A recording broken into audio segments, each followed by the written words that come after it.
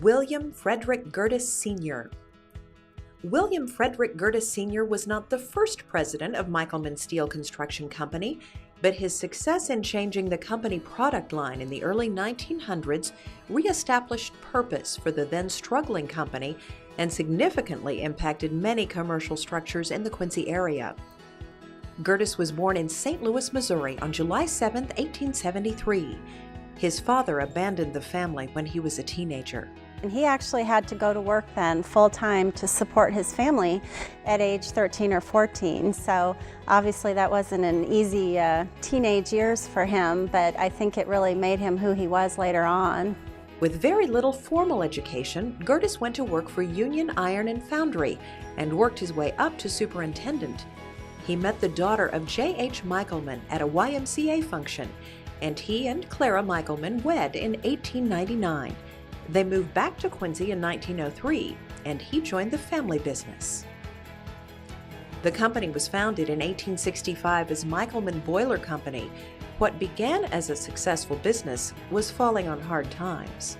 But at the time that he moved back to Quincy, boilers were, I guess, starting to go out. I don't know what was replacing them, honestly, maybe natural gas or something. But the business was struggling at that time. Boilers just weren't a big thing. Well, he brought all that knowledge from St. Louis, from Union Iron and Foundry, and he had experience with carbon steel and fabricated structural steel, and that's the direction that he took the company in, and that was the right direction to go. Gerdes became president of the company in 1923, and he was instrumental in starting two new company divisions, Tri-State Steel Erectors, which erected steel on site, and Mid-States Door and Hardware, a wholesaler of doors, hollow metal frames, and hardware.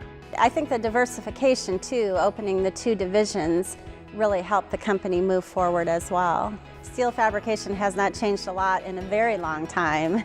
There are some more modern things, but we still do a lot of things the same way they did them, amazingly enough. Michelmann Steel became the primary steel fabricator and erector in the tri-state area during his tenure, contributing to some of Quincy's most recognizable structures, including what is now Quincy Junior High School, the former Illinois State Bank Building, the Western Catholic Union Building, and First Union Congregational Church, among others.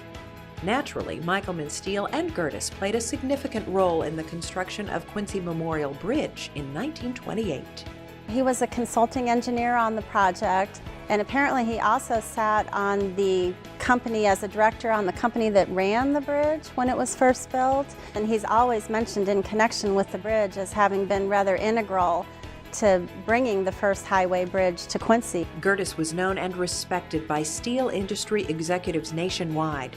He was active in the American Institute of Steel Construction, Western Society of Engineers, Central Fabricators Association, and Business Executives of America. His biography was listed in Who's Who in Engineering, Who's Important in Business, Who's Who in Chicago and Illinois, and Who's Who in Transportation and Communication.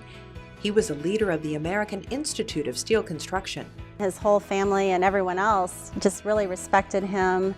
They said that he was a very unpretentious person and that he was very moral and just very well thought of and respected in both the Quincy community and the business community, even the national business community. Gerdes was equally as active in civic affairs. He served on the Quincy School Board and on the Board of Directors for Central Illinois Public Service Company. He was on the Mercantile Board of Directors for more than 20 years and served as its first vice president. He helped to start the Michelmann Foundation, which makes charitable grants in the tri-state area, and he headed many fundraising drives for various causes. He served terms as president of the Quincy Chamber of Commerce, the Illinois State Chamber of Commerce, the Quincy Freight Bureau, and the Quincy YMCA. He was a member of Rotary for many years. A member of Salem Evangelical and Reformed Church, he served as president of the congregation and served on the board of the Evangelical Old Folks Home Association. He was emotionally and financially supportive of his wife's efforts to co-found Good Samaritan Home. William and Clara Gerdes had 3 children. Their 2 sons entered into the family business.